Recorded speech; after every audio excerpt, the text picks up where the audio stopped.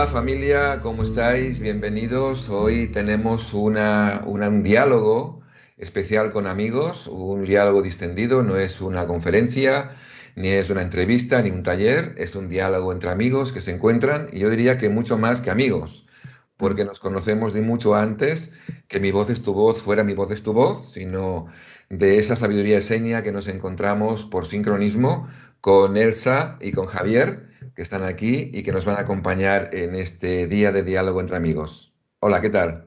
Pues Buenas, muy Javier, ¿qué bien, tal? ¿Cómo estás? muchas gracias por estos diálogos que nos propusiste hacer y estamos encantados de estar contigo y con todos los oyentes que en estos momentos estén dedicando su tiempo pues a escucharnos, ¿no?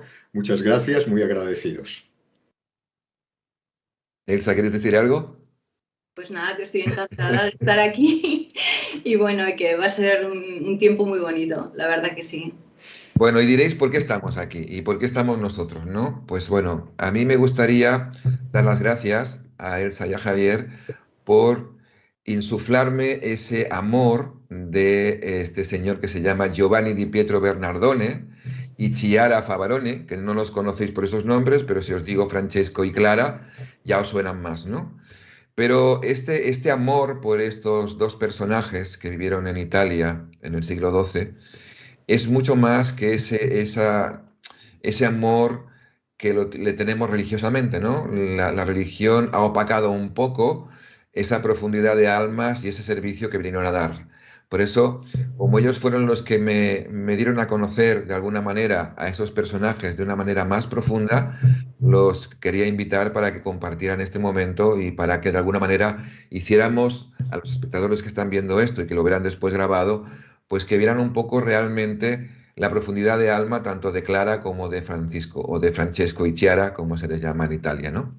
Entonces, para comenzar, yo quería centrar, antes de comenzar este diálogo entre amigos, quería centrar un poco el momento histórico y el lugar donde se ubican Francisco y Clara. Y vamos a comenzar un poquito a enlazarlo con Palestina y con Israel, ¿no? Cuando aparecen Jesús y María Magdalena, que nos están mostrando ese volver a la esencia, esa conciencia crística, y que nos dan las claves a través de la Escuela de la Flor de Lis o a través de la Escuela Esenia de cómo volver a retornar a la esencia para llegar a la ascensión, ¿no? Eso sería en el siglo I, en el siglo cero, siglo I.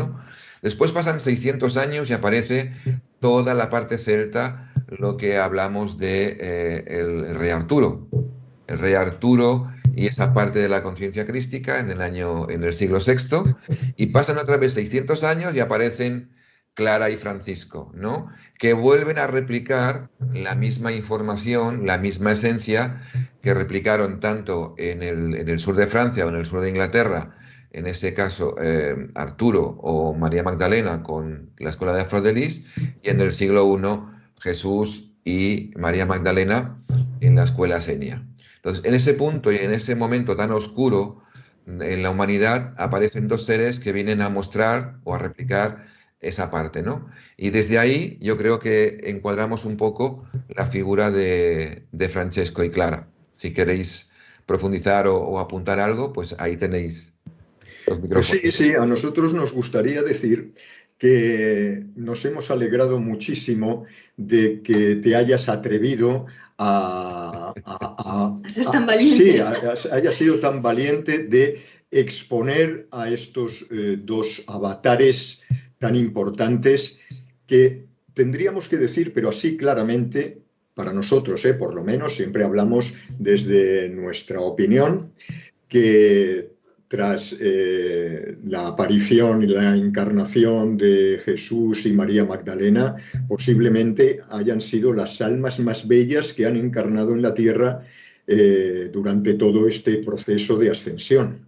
Y han sido como evidentemente muy denostadas por la Iglesia Católica, que ha conseguido, como tantas y tantas otras cosas que ha conseguido durante estos siglos de oscuridad, pues ocultar, enterrar la verdadera misión de iluminación que hicieron estos dos seres tan magníficos que fueron, digamos, los sucesores de la labor crística que emprendió Jesús y María Magdalena en su tiempo, pero llevado a uno de los momentos de oscuridad más importantes que ha tenido la Tierra, más densos. Parece ser, dicen algunos, que la Tierra en aquellos momentos estuvo a punto de destruirse porque la oscuridad era insoportable, y estas dos almas decidieron venir en aquel momento tan complicado y tan difícil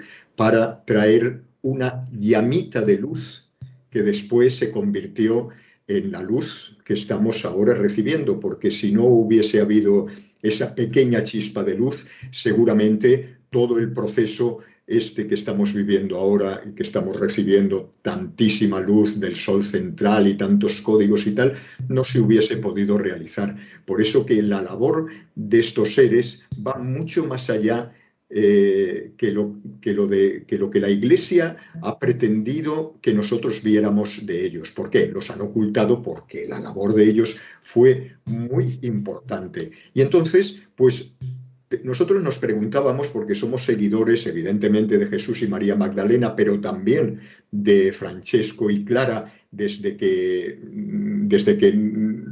tuvimos conciencia de su labor verdadera, de su labor crística, metafísica, decíamos, pero ¿cómo es posible que no salga nadie a presentar a estos dos seres, a estas dos almas como se merecen? ¿Cómo es posible que no salga nadie?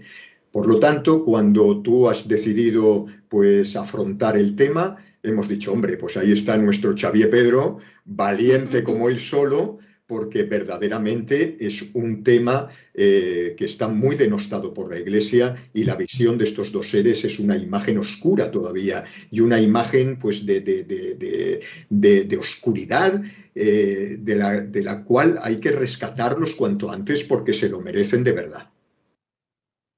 Por lo tanto, enhorabuena, estamos encantados de que hayas sido tú, y aquí estaremos para apoyarte en todo lo necesario para darle a esta pareja, a estas llamas gemelas, la posición que se merecen en estos momentos. Y a través de eso, pues haremos todo lo que tú consideres necesario, cuenta con nosotros, y en nuestro canal, evidentemente, vamos a hacer muchas narraciones con respecto pues a Francesco, a Clara, a su misión y a todas las cosas que conciernen a ellos. Gracias, Javier. Y Muchas gracias. Lo que tengo que decir un poco también que la culpa de que yo esté aquí ahora dando un paso adelante es vuestra, porque de alguna manera yo estaba enfocado mucho en el maestro Kutumi, estaba enfocado mucho en el trabajo de Kutumi en la Tierra como maestro ascendido, estaba enfocado mucho en la sabiduría compasiva, sabía que era una encarnación Francesco del maestro Kutumi, pero hasta ahí. Pero claro, cuando empecé a ver esas películas que me mandasteis, de alguna manera, empecé a estudiar más allá de la película, la esencia, porque hay que ir un poco más allá, las películas son películas y siempre se quedan a la mitad, ¿no? Me di cuenta de que había mucho más. Aunque yo en el No me retengas, en el libro No me retengas, ya escribí un capítulo de ellos. Que lo narraremos, perdóname, lo narraremos convenientemente. Gracias. Profundicé un poquito más. Y ahí vi a dos almas en servicio incondicional, en un momento, como tú dices, muy oscuro, en un momento que estaba de alguna manera ligado a los cátaros, porque es la misma época prácticamente. Y claro, está la Inquisición, están los cátaros, y los cátaros fueron perseguidos por el Papa y fueron aniquilados, porque evidentemente eran más de 50 millones de cátaros en toda Europa, y eso ya provocaba ya un peligro. Pero fíjate tú que la Iglesia y el Papa, de alguna manera, acepta a Francesco. O sea, él, sin ser religioso, porque no era religioso, entra ahí y hace un trabajo que le da el visto bueno a la Iglesia. Aunque no tiene nada que ver con la Iglesia, le da el visto bueno a la Iglesia. Por lo tanto, ahí me sorprendió mucho esa encarnación y empecé a profundizar, porque solamente sabía la oración de San Francisco de Asís, ¿no? Sí. Pero es que esta oración tiene no es lo que se dice, es la profundidad con que se dice todo esto y cómo llega al alma, ¿no? Esa oración que realmente es la que conocemos todos. Sí, el Papa no tuvo más remedio. Evidentemente, es un ser que en su momento tuvo una luz o tenía luz en aquel momento a su manera y comprendió perfectamente que negarle lo que Francesco le pedía era imposible, porque a fin de cuentas era la manifestación de la continuación de la labor de Jesús y María Magdalena puesta en acción. Exactamente. O sea, no en un intelecto, ni en un conocimiento, ni en voy a decirlo y se lo voy a leer porque he recibido tanto conocimiento y ahora voy a convencer al Papa a través de la intelectualidad o de la mente. No, no, no, no. Fue la manifestación las 24 horas del día de las enseñanzas crísticas encarnadas en la tierra como un Cristo viviente, ambos, Así ¿eh? es. Que no tuvo más remedio el Papa que él, a pesar de que la Iglesia estaría insistiendo en que no, y sus súbditos le dirían que no, y le aconsejarían que no y tal, no tuvo más remedio que aceptar y decirle que evidentemente diese los pasos que tenía que dar. Los pasos que tenía que dar no era formar una orden, eso ha sido posterior. Los pasos que tenía que dar es seguir haciendo lo que estaba haciendo desde los 20 años cuando él despertó. Simplemente eso. Eso, manifestar la sabiduría compasiva. Ahí está. Esa Esa es la sabiduría clave. compasiva, esa sabiduría compasiva que empieza por la compasión por uno mismo para cambiar las cosas, no a un nivel intelectual ni a un nivel mental, sino a un nivel del corazón, hacer los cambios necesarios para convertirme, a ser compasivo conmigo a la hora de hacer los cambios, hacerlos para poder ser compasivo con los demás.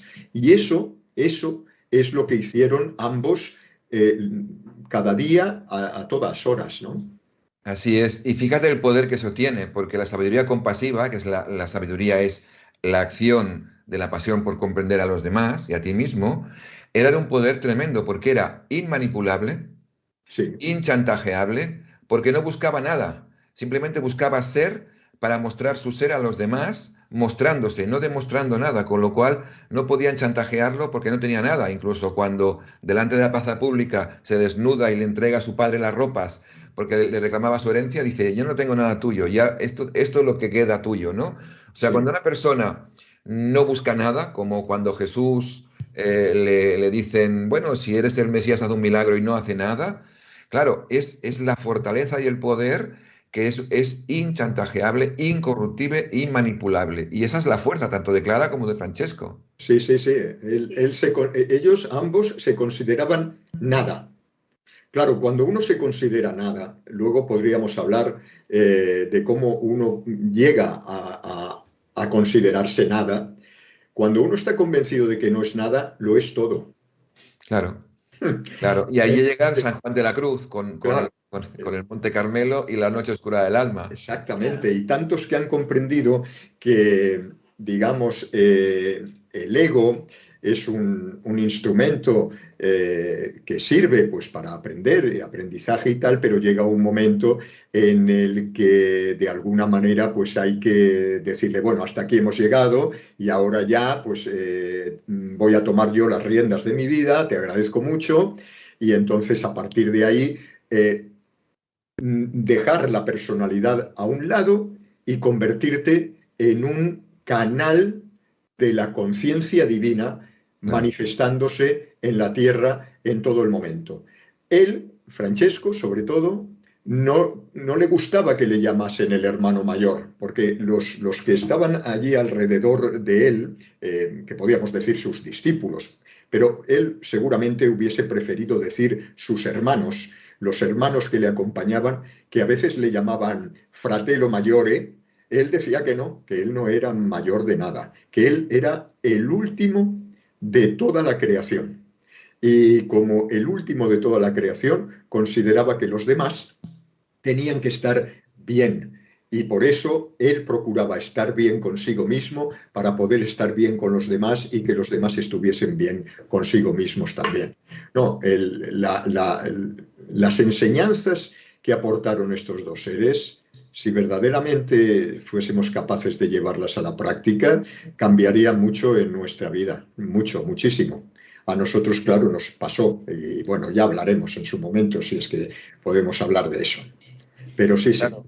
Fíjate que al vaciarse como una caña de bambú, no espera nada, no desea nada, Nada. no necesita nada, con lo cual lo tiene todo. Claro, Aunque parezca una contradicción, es así, ¿no? sí. Cuando tú estás en la nada, lo tienes todo, porque no necesitas nada, ni deseas nada, porque no estás ni en el deseo, ni en la necesidad, ni en la carencia. Que No. luego hablaremos de eso también cuando hablemos de la pobreza. Estás en la unidad divina. Exacto. Exacto. Y la unidad divina es abundancia y es todo lo demás, o sea, todo lo que nosotros consideramos o la Iglesia nos hizo creer que estos dos personajes eran pobres, tal, no. Ahí. Y ahora que decís de pobreza, un tema importante. A ver, ¿cómo vosotros definiríais la pobreza? La pobreza entre comillas, mostrado por Francisco o Francesco y Chiara en relación a la época que vivieron actual, o sea, la época del siglo XII y la época actual, el testimonio de la pobreza. Porque aquí, claro, según cómo lo hablemos, es como la carencia de algo, ¿no? Y es mucho más. ¿Cómo lo sentís vosotros eso? Bueno, pues fíjate, Que lo nos hemos alegramos hablado muchísimo porque precisamente teníamos preparado una lectura que ahora, si nos permites, vamos a leer Ah, sí, porque perfecto. hemos dicho, vamos a intentar después a ver si se tercia y bueno, mejor momento que esta pregunta no lo hay, ¿no? Perfecto. Entonces, queríamos leer precisamente este tema de la pobreza porque, claro, la Iglesia nos ha presentado a un Francesco y a una Clara y a todos sus hermanos como unas personas pobres, pero claro, hay que definir qué es la pobreza, ¿no? Ahí. Esta es la clave de todo. La clave es esta. Y entonces, ayer, precisamente, buscando material, no solamente para este encuentro, sino también para posteriormente ir narrando y tal, pues nos encontramos con un capítulo que le dedica Rubén Cedeño en su libro Francesco, que es un libro muy interesante, le dedica a la pobreza. Y lo vamos a leer si lo Bien, perfecto, claro que sí. aquí Adelante. preparado. Por lo tanto, lo voy a leer. Adelante. A fin de cuentas, Mi voz es tu voz, leyendo. nuestro servicio es ese, ¿no? Claro. Más que estos diálogos que están estupendo y que están muy bien, bueno, nuestro servicio es narrar aquellas cosas de los demás que puedan ser. Y lo hacéis muy bien los dos. Muchas gracias. Entonces, vamos a leer esto. Venga. El capítulo 6 dice, pobreza. Y entonces muestra 3 o 4 maneras de entender la pobreza. Una es la hermana pobreza. La hermana pobreza. Francesco decía la hermana pobreza, porque decía que no hay ninguna virtud en ser pobre económicamente. Si eso fuera así, serían virtuosos y santos los millones de pobres que hay repartidos por todo el mundo. Y no es así. La pobreza como virtud es la no posesión de nada, ya sea física, emocional o mentalmente. Físicamente podemos usar todo lo que Dios nos ofrece para vivir, como puede ser una casa, ropa, comida, utensilios, medios de transporte. Pobreza es considerar lo que se tiene como que no es nuestro y no disponer de ello como si fuésemos sus dueños. Nada nos pertenece. Sin nada nacemos. Sin nada hemos de morir. Así que conformémonos y demos gracias a Dios de que nos permita tener una casa para vivir, ropa para ponernos, comida y algunas cosas para disfrutar. Ser pobre en el espíritu es humildad. Después habla de la pobreza emocional. Ya vemos que, evidentemente, Francesco no tenía una pobreza material, puesto que no era dueño de nada, ni quería serlo. A veces hasta su túnica le estorbaba y se la daba a los pobres a la primera de cambio. Y se quedaba por allí desnudo por las calles de Asís, sin ningún problema. Le molestaba todo aquello que fuese material, le pesaba, podríamos decir. Así es. Aunque evidentemente, aunque fuese una túnica pues de esparto, de lo que tuviese por allí, áspera y fría, la trataba con muchísimo cariño, porque sabía que podía servir para los demás también. Entonces, mientras lo tenía para su servicio, lo trataba con mucho amor, para impregnar en ese amor aquel regalo que iba a hacer al que lo necesitaba. O sea que esa enseñanza es magnífica también. Dice, sobre la pobreza emocional, dice, la virtud de la pobreza emocional es vivir sin apegos emocionales, como los afectivos, el amor al dinero, a los lujos, las alabanzas, las posiciones sociales, económicas, políticas y religiosas. No buscar gloria en ningún aspecto, ¿eh? Y liberarse de los apegos emocionales en toda su extensión. Esa es la pobreza emocional. Ya hemos visto que Francesco y Clara tampoco tenían esa riqueza emocional, eran pobres emocionalmente también, según esto. Luego habla de la pobreza mental y dice, la pobreza del plano mental consiste en desintelectualizarse, despojarse de la riqueza del conocimiento intelectual y el exceso de información conceptual, la ausencia de razonamientos intelectuales, conocimientos a través de los libros, conocimientos teóricos, no estar apegados a ninguna idea, ni concepto, ni creencia, ni idea preconcebida, como pensar que somos importantes, que merecemos esto o lo otro, que vamos a ir al cielo. Mucha información teórica produce intelectualidad y esta en exceso nos complica la vida. Francesco y Clara no tenían conocimientos prácticamente.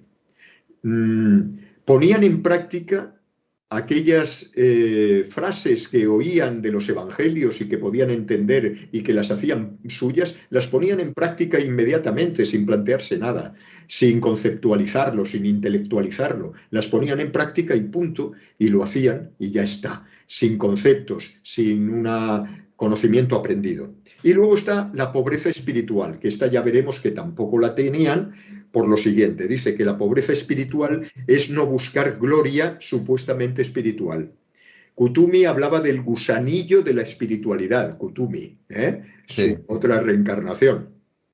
Sí, sí. Dice, ¿qué es eso, no? Dice, y entonces, ya resumiendo un poquito, dice que querer la fama de ser espirituales y que los demás crean que estás trabajando cerca de Dios, de los santos, de los maestros, todas esas cosas es ese gusanillo de la vanidad espiritual que te crea una riqueza espiritual que no es la que te abrirá las puertas del cielo, porque antes entrará un camello por el hueco de una aguja que un rico al reino de los cielos, ¿verdad?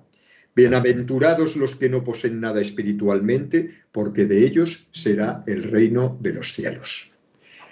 Fíjate tú, será el todo, ¿no? Será el todo, claro, porque al carecer al ser pobre en todos estos aspectos, eres rico en los aspectos del alma, en los aspectos divinos, y eso es lo que ellos manifestaron.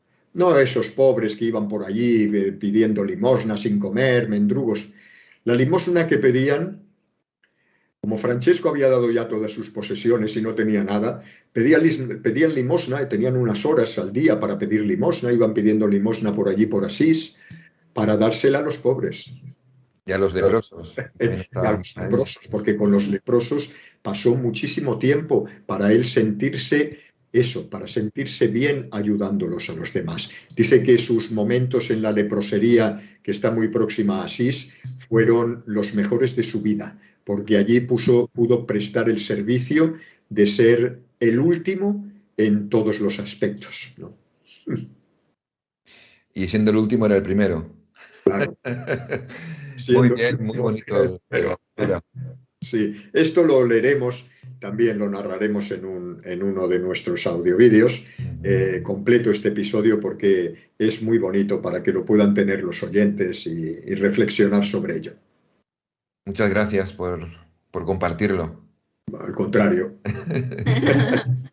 Dentro de este tema que estamos hablando de la pobreza, Sí. de la sabiduría compasiva, también hay algo que se replica en el tiempo donde Jesús y María Magdalena hablaban de la paz. La paz sea siempre con vosotros, que es mucho más que paz-guerra, sino un estado profundo en la virtud profunda. Sin embargo, él habla de paz y bien, es decir, habla de paz y bien para usted y los suyos. Es una conexión con la alegría de vivir y con el gozo de vivir que también nos habla Yogananda. Es decir, que de alguna manera vamos como uniendo, ¿no?, diferentes épocas para un mismo punto. Es decir, la paz y el bien está unido a la alegría y el gozo de vivir, y también está unido a eso de la paz sea con todos vosotros, de lo que hablaba Jesús, y de lo que hablaba también Francesco era, hay que ver la vida con los ojos del corazón, o con la mirada del corazón. ¿Qué opináis de eso vosotros? Pues que son unas enseñanzas magníficas, ¿no? Claro, es que te dejan, ¿no? Patidifuso, ¿no? Te dejan, pues claro, pero es que además, claro, aquí lo estamos leyendo, pero es que él lo hacía. Esa es la historia. Ellos lo ponían en práctica porque si no, no sabían vivir. Bueno, los esenios, que tú de estos sabes mucho, hablaban de dar la paz. Ellos daban la paz también, ¿no? Fíjate, o sea que es una enseñanza que ya se remonta muchos años, muchísimos siglos atrás. Pero ¿qué decían los esenios? Decían que uno no puede dar la paz si él no está en paz. Y cuando los esenios, por cualquier causa, no estaban en paz, no la daban la paz ese día, hasta que conseguían volver a estar en paz. Bien, pues aquí pasa un poco con Francesco y con Clara y con todos sus seguidores, unos más, otros menos, evidentemente, porque ahí había diferentes niveles. Él no tuvo nunca un reproche, ni tuvo una queja. Jamás se le conoció un reproche y una queja por nada, porque consideraba que todo lo que se presentaba era para el mayor bien. Y por lo tanto, él, con esa actitud, ya estaba en un estado de paz. Y lo que quería a través de ese estado de paz es que los demás estuviesen bien y que no tuviesen discusiones, que no tuviesen competición, que no tuviesen enfrentamientos por su causa. O sea, que pudiesen mantener ese estado en el que ellos se encontraban, porque ese estado en el que ellos se encontraban era para su mayor bien. Posiblemente por eso decía paz y bien. Fíjate, hubo un momento en que los hermanos, la comunidad, estuvieron viviendo en un espacio muy estrecho, muy angosto, donde estaban muy apretujados todos. Era un sitio que parece ser que también pues, utilizaban pues, los pastores y algunos ganaderos y tal y que cual. Y un día, una noche, donde cuando estaban durmiendo, entró un burro y se metió allí. Y Francesco lo que hizo fue irse. Dijo, si quieres dormir aquí, no tienes ningún problema. Yo te cedo el espacio. Y salió y durmió a la intemperie y dejó dormir al burro allí al calorcito de todos los demás. ¿Por qué? Porque jamás se quejaba para mantener la paz. Jamás tenía una contestación. Nunca, jamás, nunca. Así es. Y hay unas frases de sabiduría compasiva que él dejó que son no para estudiarlas, sino son para profundizar en tu interior, porque son frases profundas que parecen que son contradictorias, pero no lo son. El ego las muestra contradictorias, ¿no? Por ejemplo, aquel que pierde gana. Y otra que dice, aflíjate cuando todos hablen bien de ti. Y la otra dice, no tiene demasiado mérito amar a los que te aman. Y ahí con esas tres frases ya podríamos trabajar toda la vida. Sí, sí, ya está. Sí, sí. Bueno, esas demuestran la pobreza de cada una de las cosas que hemos leído antes, ¿no? Exacto. Cada una de ellas está demostrando esa pobreza mental, esa pobreza espiritual, esa pobreza que él tenía y que manifestaba, sí, sí, magníficas. Y vosotros que habéis ido a Asís y que habéis estado allí viviendo la experiencia en ese lugar tan especial, ¿cómo definiríais o cómo veis la relación tan especial que tenían Francesco y Clara? O sea, como llamas gemelas en un tiempo tan adverso. ¿Cómo lo veis? ¿Cómo se vibra allí? Yeah. Muy alto. ¿Cómo se libra? Hemos Tantas cosas. Hemos estado varias veces porque aparte de que la ciudad, el pueblito, es una belleza, Sí, es un amor. es que aparte hay una energía tan magnífica, evidentemente que hay otra, como pasa en Jerusalén. En Jerusalén, claro, depende de la intención en la que tú llegues allí, ¿no? Yo Pues vengo de allí ahora y te puedo dar fe que así es. claro, ¿no? O sea, nosotros cuando fuimos contigo, pues nos acordamos muy bien de lo que nos dijiste. Nos dijiste que depende de la intención y de los conceptos que uno tenga estando allí, pues va a vivir una experiencia o va a vivir otra. O sea, tú de pronto entras en Asís, así por las buenas, sin tener conocimiento de causa, y Claro. te encuentras pues un pueblo donde está lleno de curas que van y vienen, pim pam, pum, pim pam, por aquí, por allí, por aquí, todos con una prisa tremenda, vestidos todos de franciscanos, aquellos que están haciendo penitencia también. Un poco como lo de Glastonbury, pero en vez de ser fantástico, pues es como muy religioso, ¿no? Ajá. Que también es fantástico, lo religioso, Sí. ¿no? También es un poco, ¿no? Podríamos decir. Pero claro, pero si tú vas con conocimiento de causa, pues es que es un lugar muy bonito, y donde se respira una energía magnífica, porque además ellos están allí, se siente que están incorruptos además los dos, ¿sí? Es como en Israel, o sea, lo bueno de todo esto es que tienes contraste, puedes contrastar, Claro, porque si vas con una energía distinta, puedes contrastar la energía que está allí, que es superficial, y en lo que está profundo, ¿no? Lo que está profundo es la esencia. sí, Entonces, eso te permite contrastar una cosa y la otra, ¿no? Cuando vas con otra conciencia. claro, claro, y aparte es que es muy bonito, o sea, ya fuera de la conciencia es muy bonito y tiene unas vistas magníficas a la Umbria, está situado en una colina, es muy bonito, y Es que es muy especial. se comen unas pizzas que no Ah, veas. bueno, pues ya iremos a comer pizza. Sí, sí, hay unos sitios para comer pizza extraordinarias, pero sobre todo es el lugar. El lugar tiene un halo especial como no podía ser de otra manera, como lo tiene Jerusalén y como lo tiene Glastonbury y como lo tiene Shasta y como lo tienen todos aquellos lugares sagrados donde ha habido la impregnación de la energía de dos avatares de este porte. Hombre, la verdad es que siempre que hemos estado allí ha sido como estar en un globo, Sí. ¿sabes? Como, sí, como herméticos, conectas ya con esta energía de ellos dos y ya estás envuelto. Es que ya no puedes soltarlo de ninguna manera. La energía te envuelve, ¿no? La Sí, energía te va envolviendo. es algo. Sí, pero es que hasta que no te vas de allí no rompes esa magia, ¿no? Porque es que es maravilloso, de verdad. Sí, Que nosotros no lo íbamos por la mañana a meditar a la capilla donde está Francesco, y después nos íbamos a meditar a la capilla donde está Clara. Y entonces ya recibíamos un chute. Para balancear las ambas energías, ¿no? Está bien. Y ahí se pasaba el día muy bien. Es un sitio muy bonito, de verdad, muy bonito.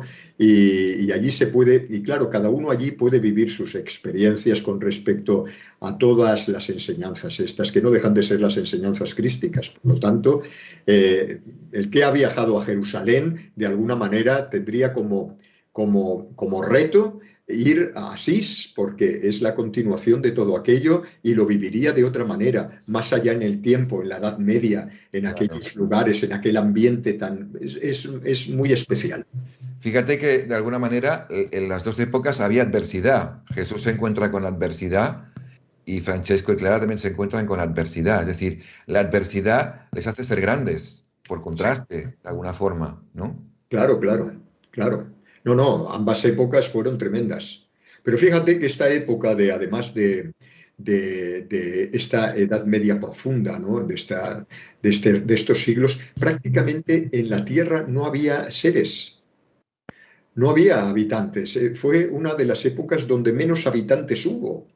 Y es que, claro, las almas que tenían que encarnar en la tierra, pues para hacer su labor, sus enseñanzas y sus experiencias, no tenían nada que experimentar, entonces no gastaban una encarnación en eso. Y además que el cuerpo físico desencarnaba rápidamente, la media era de 40 años y todo era muy lento, con lo cual la encarnación era muy, muy lenta.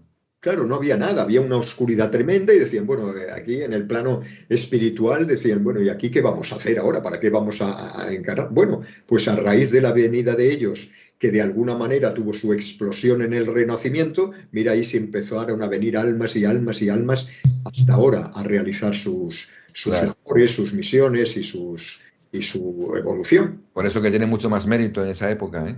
Luego también es muy interesante lo de las personas que vinieron a acompañarles, ¿no? Para hacer el servicio, ¿no?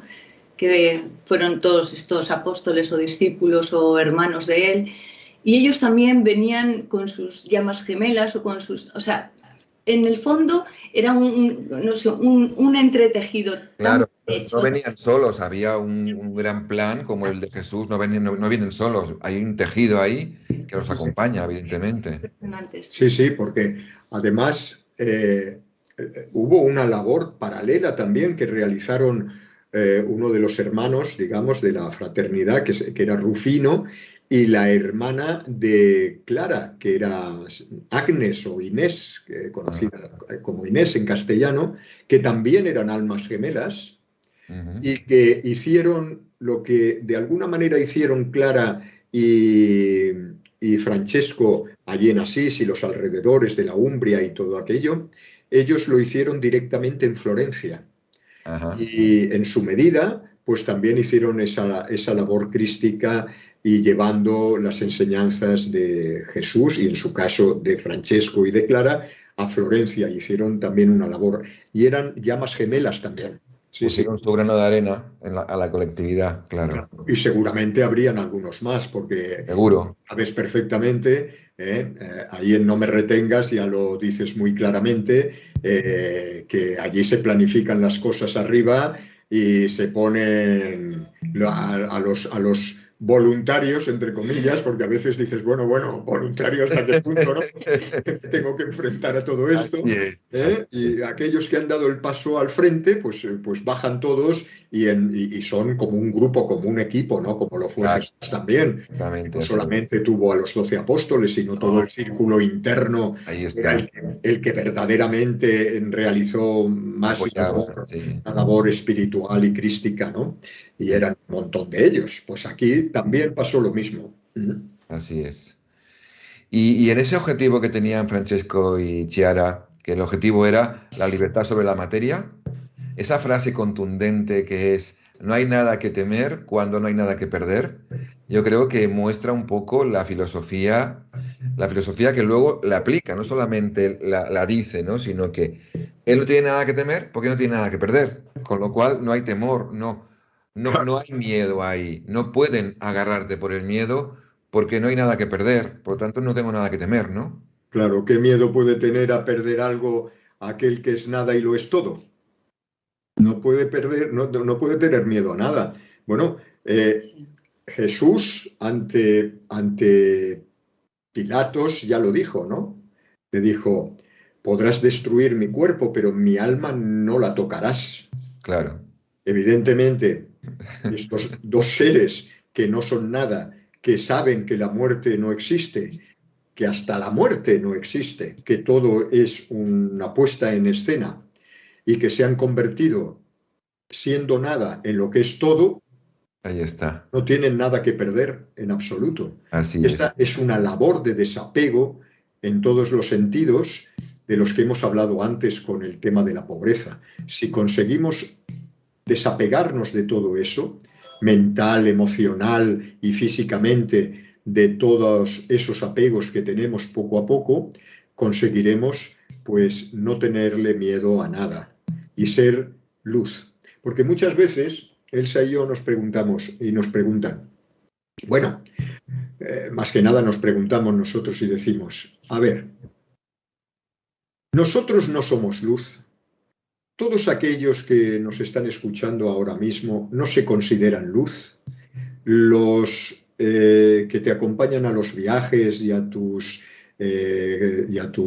clases y a tus enseñanzas no se consideran luz. ¿los que escuchan mi voz es tu voz no se consideran luz? Sí. Y a veces dicen, ¿cuál es mi misión? Pues esa, iluminar. Si eres luz, la misión que tiene la luz es iluminar. Así es. Por lo tanto, tu responsabilidad en este momento, aquí en la Tierra, encarnado, es iluminar. Y para eso, pues tienes que ser pobre, en todos los sentidos. Y quitarte poco a poco, pues todos esos filtros que empañan esa luz que tienes en el fondo. Quitarlos, ir quitándolos poco a poco. ¿Eso es algo que se puede hacer inmediatamente? Sí, hay quien sí lo puede hacer. ¿Es algo que se puede hacer paulatinamente? También se puede hacer. No es necesario hacerlo de hoy para mañana. Lo que sí es necesario es hacerlo. Porque sí, claro, eso sí es necesario, porque si no, de alguna manera te vas a ver obligado a hacerlo por las malas y entonces no te va a gustar. O sea, si uno es consciente de que lo que tiene que hacer es iluminar y de que para conseguir su máxima luz tiene que retirar todos los filtros que la empañan, nuestro consejo, que es lo que nosotros intentamos hacer en su momento y todavía estamos en ello, es que des el primer paso para hacerlo. Porque si no, no sirve de mucho. Ahí es. Muy bueno. Muchas gracias por este consejo, que creo que es un consejo muy sabio de sabiduría compasiva, ¿no? Pues también, claro. Sí, sí. Y ahora que estamos así en petit comité, que nadie nos escucha, no. Una pregunta un poco íntima, como diálogo de hermanos y diálogo de amigos. ¿Qué os ha aportado a vosotros en vuestras vidas el conocer en profundidad las vidas de Francesco y Chiara no manipuladas? ¿Qué? No manipuladas, claro, porque lo han No estado. manipuladas, o sea, las profundas. ¿Qué os ha aportado a cada uno? Si queréis compartirlo. A ver, nosotros no conocemos en profundidad. Perdona, ¿no? una cosita. Abrir conciencia. Lo primero, más que nada en este mundo, porque solo con lo que recibimos de ellos y con lo que más o menos vas viviendo el día a día y las experiencias que te ha llevado, ¿no?, a poder estar aquí y hablar de ello, ha sido eso, el abrir conciencia, porque ellos lo han hecho de alguna manera, ¿no? Lo han demostrado y han estado ahí dando el callo, como se suele decir. O sea que ahora nuestra responsabilidad es eso, ¿no? Pues es el abrir conciencia y absorber toda la enseñanza que ellos han venido a hacer. Y ponerla en práctica. Es un poco la frase de cuando detectes sabiduría, pégate a ella, ¿no? Exactamente. Cuando detectes sabiduría, pégate ahí. Pégate a ella. Ahí imítalo, ponlo en práctica. Ponlo en práctica, porque si no, no sirve de mucho. O sea, si uno no pone en práctica aquella sabiduría que tiene, como ellos hicieron, bueno, es que el conocimiento, o sea, la sabiduría es el conocimiento puesto en práctica. Ahí está. Si uno tiene mucho conocimiento y sabe muchas cosas y tiene muchos datos y luego su vida sigue siendo la misma que era, con la cual no está satisfecho, ni es feliz, ni le aporta nada, sabiendo que tiene que cambiar, pero que no se atreve a cambiar por lo que pueda pasar y por no ofender a nadie o por estar bien con todo el mundo, entre comillas, y tal, si no se atreve a dar ese paso para cambiar, no se convierte en sabiduría. Se queda ahí en conocimiento, en la mente, y la mente, claro, el conocimiento no tiene la misma vibración, la misma frecuencia que puede tener la sabiduría que parte del corazón o que parte del alma. Tiene una vibración que no es la misma que el alma. El alma sí, en el momento en que tú pones en práctica el conocimiento, se convierte en sabiduría, inmediatamente la vibración esa es mucho mayor y alcanza mucho más. Y entonces te anima a continuar, te anima a ser compasivo contigo mismo para ser con los demás y prestar un servicio. Eso es lo que más o menos nosotros intentamos hacer desde hace ya muchísimos años, es poner en práctica aquellas cosas que aprendemos a través de las canalizaciones que leemos o de los textos de autores que narramos, de todas esas cosas, aquello, no todo, porque evidentemente todo lo que hacemos sería imposible, pero aquello que más resuena con nosotros y que, como decía Elsa, absorbemos, adoptamos como nuestro, inmediatamente intentamos ponerlo en práctica. Tropezones, mogollón de tropezones, claro, caídas, muchas, pero hay que levantarse y volver a hacerlo. Ahí está. Y ya está, hasta que se consiga, porque aquellos que van al gimnasio no consiguen levantar una pesa de 1000 kilos. O de, bueno, vamos a poner 1000 kilos porque tampoco, pero vamos a ponerle 100 kilos. No consiguen levantarla, pero si se entrenan convenientemente, llegará un momento en que sí. Y cuando hayan conseguido los 100 kilos, pasarán a 110. Y así poco a poco, pasito a pasito, pero si no das el primer paso, como decía Lao Tse, ¿te acuerdas? Sí, Si no das el primer paso, un viaje de 1000 kilómetros empieza por el primer paso, señoras y señores. Si no damos el primer paso, no hay camino. Hay que dar el primer paso. Viaje. Así es. Gracias por vuestra sinceridad, gracias por ser sinceros y transparentes. Gracias. Gracias. No, al contrario. Vamos a mojarnos un poquito, Vamos a hablar un poquito, vamos a mojarnos un poquito, vamos a hablar de algo profundo, pero también un poco escabroso, ¿no? Sobre la autoflagelación, el autocastigo, el flagelar el cuerpo. Es decir, ¿qué concepto tienen tanto Chiara como Francesco del cuerpo físico? Y vamos a desmitificar un poco todo esto de la flagelación y del maltrato al cuerpo físico, que creo no tiene ningún sentido. ¿Qué os parece a vosotros eso? No tiene ningún sentido.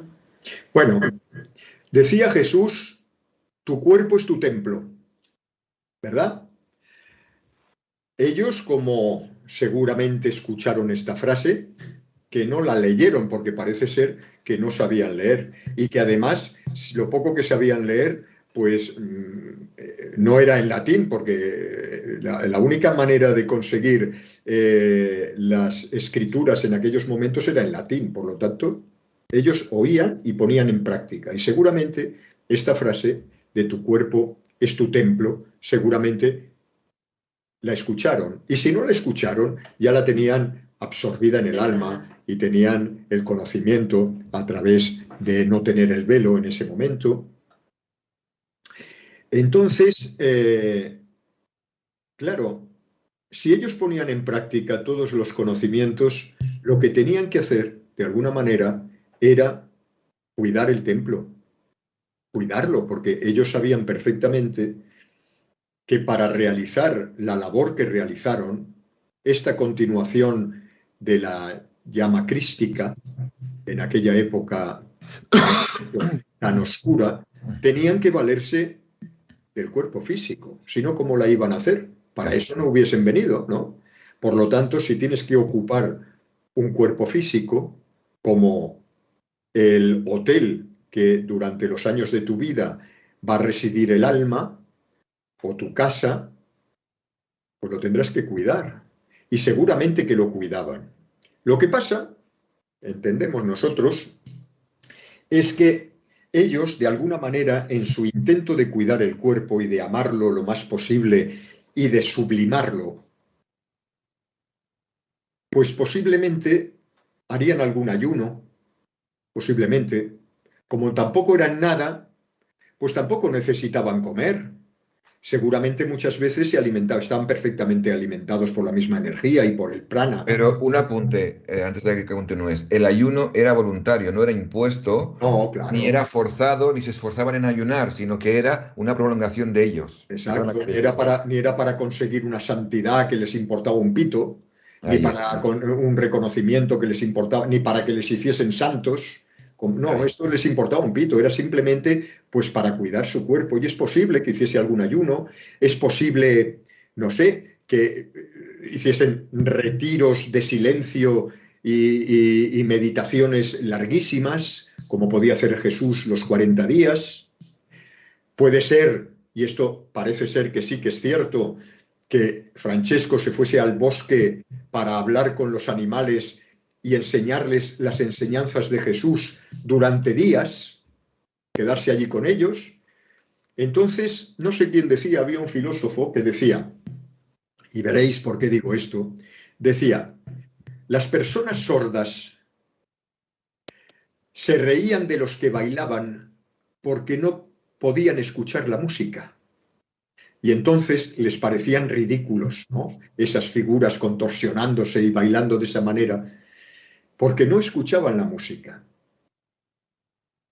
Es muy posible que las personas que estaban a su alrededor en aquel momento, imbuidas por los criterios de aquel momento, por la Matrix en definitiva, pues no supiesen interpretar esta sublimación del cuerpo a través de estas cosas que ellos hacían, y claro, verles que no comían, o verles en silencio y en meditación, o inmóviles, o de pie, o sin dormir, o hablando con los animales, pues claro, decían, esto no puede ser, esta gente está maltratando su cuerpo. Es posible que lo viesen así, porque uno tiene que comer, uno tiene que hacer lo que tiene que hacer, y tiene que beber vino, y tiene que beber no sé qué, y tiene que tal, y no sé qué, ¿no? Y comer carne, y comer no sé qué, y todas esas cosas.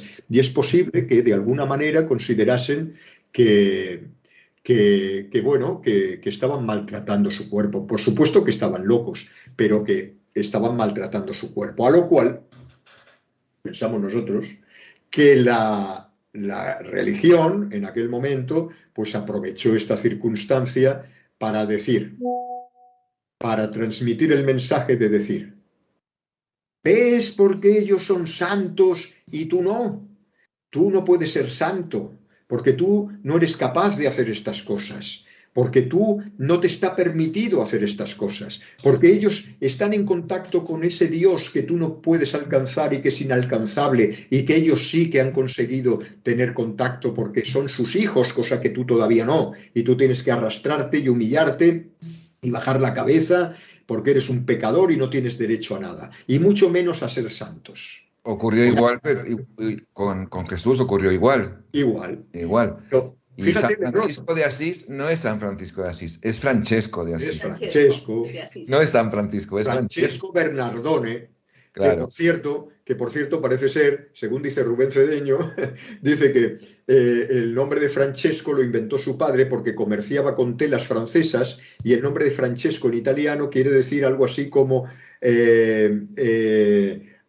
objeto francés o algo así, algo perteneciente a Francia, y le puso Francesco, y parece ser que inventó el nombre. Pero en definitiva, a lo que íbamos, que esto sí que es interesante, porque resulta que ahora que estamos conscientes y abiertos,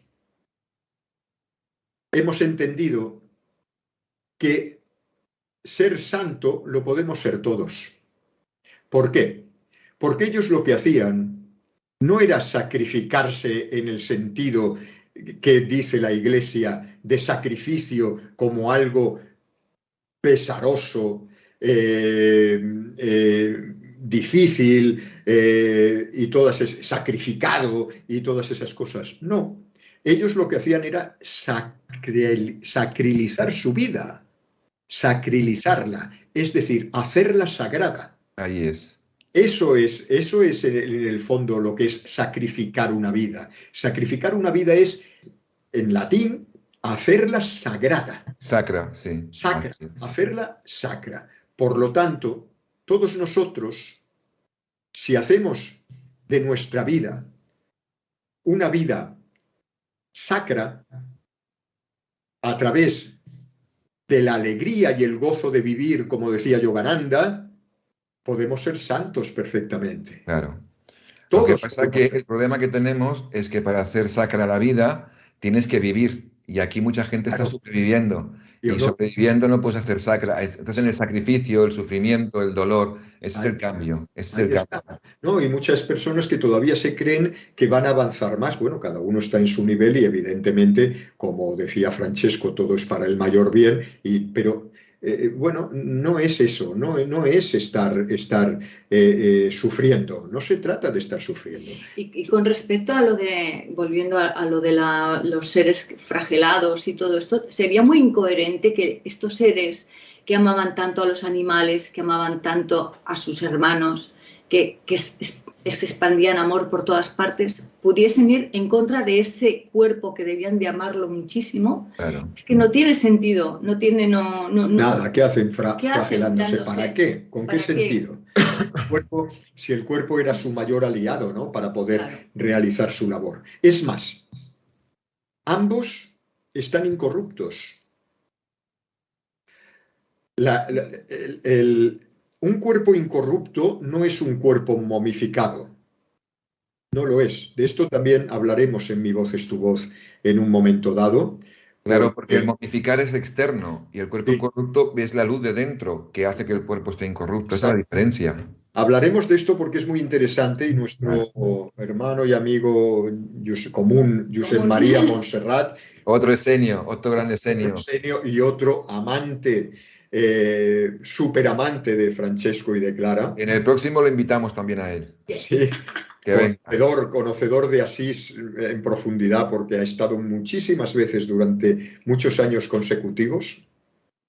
Ha hecho precisamente que nos ha pasado para que lo narremos, Un escrito, ¿no? un escrito sobre lo que es un cuerpo incorrupto y la diferencia con un cuerpo momificado. A la hora de morir un cuerpo incorrupto, para que se torne incorrupto, la frecuencia tan elevada que tiene que tener en ese momento todas las células del organismo a nivel atómico, es porque son seres de una pureza tremenda, porque si no, no podrían vibrar en esa frecuencia. Ahí está, Por lo tanto, así es. un cuerpo maltratado, maltrecho, dejado, abandonado, repudiado, como nos pretende hacer creer la Iglesia que hacían, no puede convertirse en un cuerpo incorrupto. Que va, nunca, No, nunca. ¿no? Nosotros entendemos que no. Por lo tanto, todo eso ha sido una falacia de la Iglesia y de su filosofía para, bueno, pues para convencernos, como lo lograron hacer, porque eso sí que tiene su mérito, porque lo han hecho durante siglos y hemos picado todos, pues para decirnos que todo eso espiritual está muy lejos y que nosotros no tenemos alcance y que de ninguna manera podemos hacerlo a no ser que suframos mucho. Ahí es. El sufrimiento es una opción Sí, para evolucionar, sí. Y pero fíjate, no es una obligación. no. Y además viene, fíjate la palabra que nosotros nos acordamos mucho cuando tú hablas de la compasión, porque la estructura es esa palabra y dices aquello de la pasión por comprender, que es magnífico. Sufrimiento también podemos hacer una partición y decir, sufro porque me miento. Está bien. Muy Claro, bien. nos mentimos mucho y como nos Está bien. mentimos mucho y vivimos en nuestra propia mentira y en Ahí las está. mentiras que creamos, pues entonces sufrimos porque nada se cumple, porque es una mentira en la que estamos Ahí viviendo, está. no es una Ahí realidad. está. Muchas gracias por esta frase. Otra cosa importante que has dicho antes, quería retomar, es ese pasaje que él habla con el lobo. Sí, Es decir, ahora está mucho más aceptado que por la intuición podemos comunicarnos con los animales, pero en el siglo XII él habló con un lobo que atacaba a los habitantes de un pueblo y a los animales, lo habló y a partir de ahí el lobo no atacó más, no atacó más. Esa es la leyenda que se cuenta. apaciguó, se Se apaciguó. apaciguó el lobo, ¿sí? ¿Sabes lo que le dijo? Le dijo, paz, hermano lobo, Mm. paz, hermano lobo. Y bueno, Rubén Darío tiene un poema precioso sobre lo que pudo haber sido aquella conversación. Algo muy bonito que nosotros tenemos narrado. Lo que pasa es que la calidad del sonido no es muy buena, pero bueno, seguramente lo publicaremos y como vamos a ir contigo al viaje, pues uno de los regalos que vamos a hacer allí, que supongo que serán varios, a los que nos acompañen, será leerlo allí en directo en Gubbio. Muchas gracias. En la estatua, ¿sabes? Hay una estatua en Ahí, Gubbio. exacto, con el lobo, sí. Sí, hay una estatua allí donde él está hablando con el lobo y diciéndole que se apacigüe porque no puede seguir así. Y ese lobo no atacó más. ¿Y sabes que está enterrado allí? Hay una capilla donde está enterrado el lobo. No Está sabía. enterrado el lobo, sí, y van a visitarla. Se va a visitar, sí, está allí enterrado el lobo. Porque fue una cosa muy... Bueno, pero claro, ahora hay mucha gente que habla con los animales, muchísima. Sí, sí. Pero claro, era en el siglo XII. Eso no era el Claro, siglo XII. claro, claro. Bueno, pero es que él se iba a enseñarles a los animales las enseñanzas de Jesús. Y fíjate, y dijo esto, y dijo aquello, y dijo que fuésemos no sé qué, y que hiciésemos aquello, y que tuviésemos paz, y que fuésemos caritativos, y se lo decía a los animales, porque como supongo que la mayoría de los humanos no le entendían en absoluto, pues entonces decía, bueno, y porque no sus hermanos voy a ver, sí, voy a hacer algo de provecho, a ver si estos hermanos animales lo aprovechan, porque ya veo que estos cazurros que están por aquí... Bueno, yo os quería dar las gracias, antes de terminar, por haberme insuflado ese amor por Francesco y Clara. Sabéis que cuando hago un viaje no lo hago porque sí, necesito profundidad. Y he decidido hacer este viaje y que me acompañéis será una labor. Yo creo que lo hacemos juntos, no me acompañáis, lo hacemos juntos el viaje. Y que realmente encontremos la profundidad de la sabiduría compasiva de Kutumi, del amor de Chiara y Francesco en los lugares de poder que, como decís, está la energía intacta allí, podemos hacer las conexiones y podemos vivir la experiencia, aparte también de ir para Florencia y vivir esa ciudad que también es maravillosa. Eso es precioso. Y que, bueno, los que nos están escuchando, si nos quieren acompañar, pues les invitamos, ¿no?, que nos acompañen.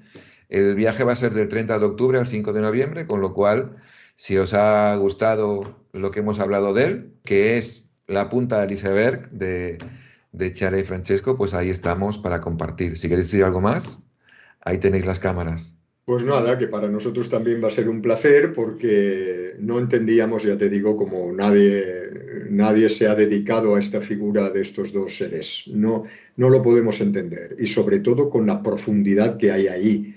La profundidad manifestada, porque no es un conocimiento, no es decir, mira lo que dijeron y lo que hicieron, y no, o sea, lo que hicieron, evidentemente, no lo que dejaron escrito, no, es lo que hicieron, lo que manifestaron cada día. Y eso fue tan importante, ese ejemplo, tuvo una radiación tan brutal que salvó a la Tierra pues, de una destrucción segura. Y precisamente Florencia fue, digamos, el estallido de esta chispa, el Renacimiento, en la época del Renacimiento. Por lo tanto, también hay una connotación allí con estos avatares, ¿no? Por lo tanto, darte las gracias por ser valiente, como te hemos dicho antes, en hacerlo, porque es un viaje difícil, precisamente por las connotaciones religiosas que tiene. Pero estas connotaciones religiosas que tiene dependen del punto de vista del que lo mire, como todo. Entonces, vamos a intentar verlos como realmente fueron y no como la Iglesia quiso que fueran, no, como fueron de verdad. Vamos a intentarlo, así que muchas gracias. Nada. Nosotros vamos allí a hacer esa labor, como también fuimos a Jerusalén contigo, precisamente para eso, para vivir la otra parte, no la parte religiosa, sino la otra parte que en Asís también se puede vivir y de alguna manera, pues de salvar, entre comillas, a estos dos seres y a todo su elenco, digamos, de las garras de la religión, que los ha oscurecido y los ha denostado. ¿Sabéis que me encantan los retos? Claro que sí. Que lo vamos a hacer. Vamos a vivirlo y vibrarlo intensamente. Sí, claro que sí, y luego al volver hacemos otro diálogo entre amigos para contar todo lo que hemos vivido ahí. Claro, muy bien, lo que haga falta. Invitaremos también a José María para que se apunte. Sí, es un enamorado. Bueno, ya antes de acabar, si queréis despediros, porque luego tenemos una cosa muy especial que vamos a contar, pero si queréis despediros, decir algo a la gente antes de despedirnos y luego ya hacemos el final con esa vibración tan especial que vamos a emitir. ¿Qué dirías? Pues que después de todo lo dicho, pues ya no que se animen, es que seguro que van a estar ahí y el que no pueda estar físicamente estará de corazón, con lo cual esto sirve para todos, para los que van y para los que no van y que gracias por permitirnos también este espacio, ¿no?, para poder manifestar nuestro sentir. Y exacto. Gracias, Xavier, gracias por todo.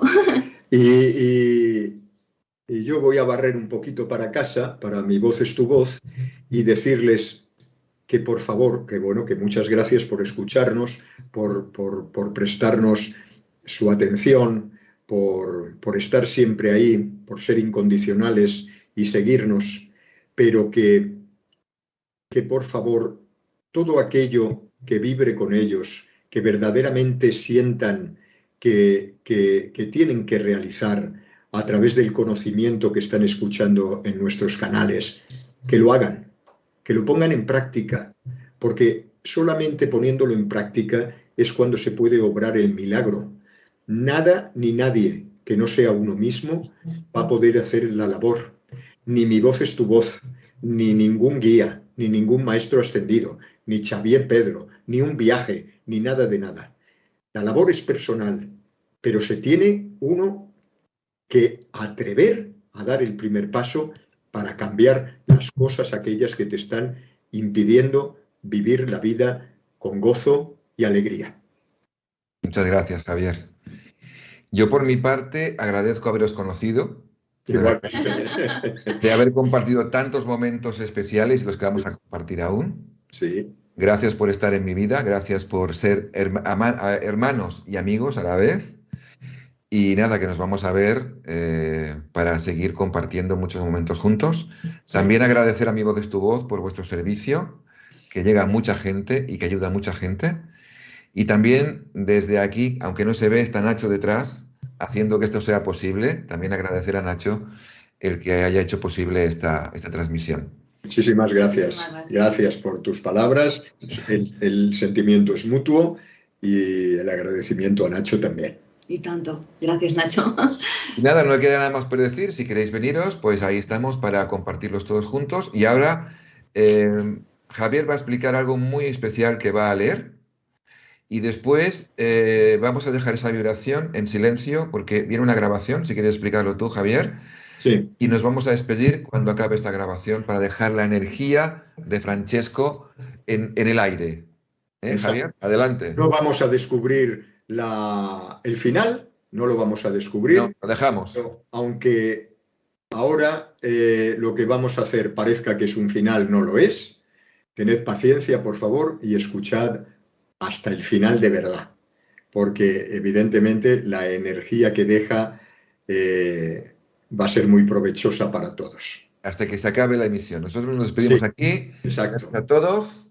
Yo ahora voy a leer lo que es la oración simple, lo que llamaron la oración simple de Francesco. Lo voy a leer sin interpretarlo, ni nada, ni narrarlo, ni nada. Lo voy a leer como una lectura normal.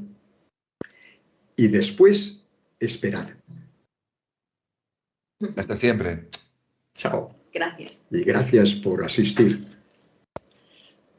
Dice así: oh Señor, hazme un instrumento de tu paz, que donde haya odio, yo siembre amor, que donde haya ofensa, yo siembre perdón, que donde haya discordia, yo siembre unión, que donde haya duda, yo siembre fe, que donde haya error, yo siembre verdad, que donde haya desesperación, yo siembre alegría, que donde haya tinieblas, yo siembre luz.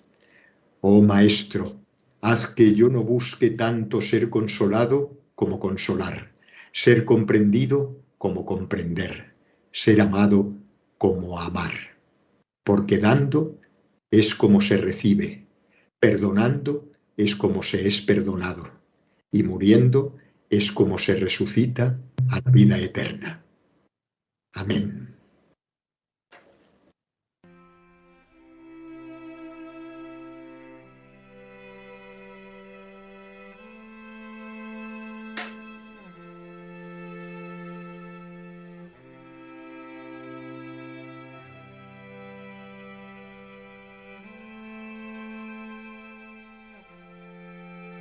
Oh Signore, fa di me uno strumento della tua pace. Dov'è odio, fa che io porti amore. Dov'è offesa, che io porti il perdono. Dov'è discordia, che io porti la fede. Dov'è l'errore, che io porti la verità. Dov'è la disperazione, che io porti la speranza. Dov'è tristezza, che io porti la gioia. Dove sono le tenebre, che io porti la luce. Oh Maestro, fa ch'io non cerchi tanto ad essere compreso quanto a comprendere, ad essere amato quanto ad amare, poiché si è dando che si riceve, perdonando che si è perdonati, morendo che si riuscita a vita eterna. Amen.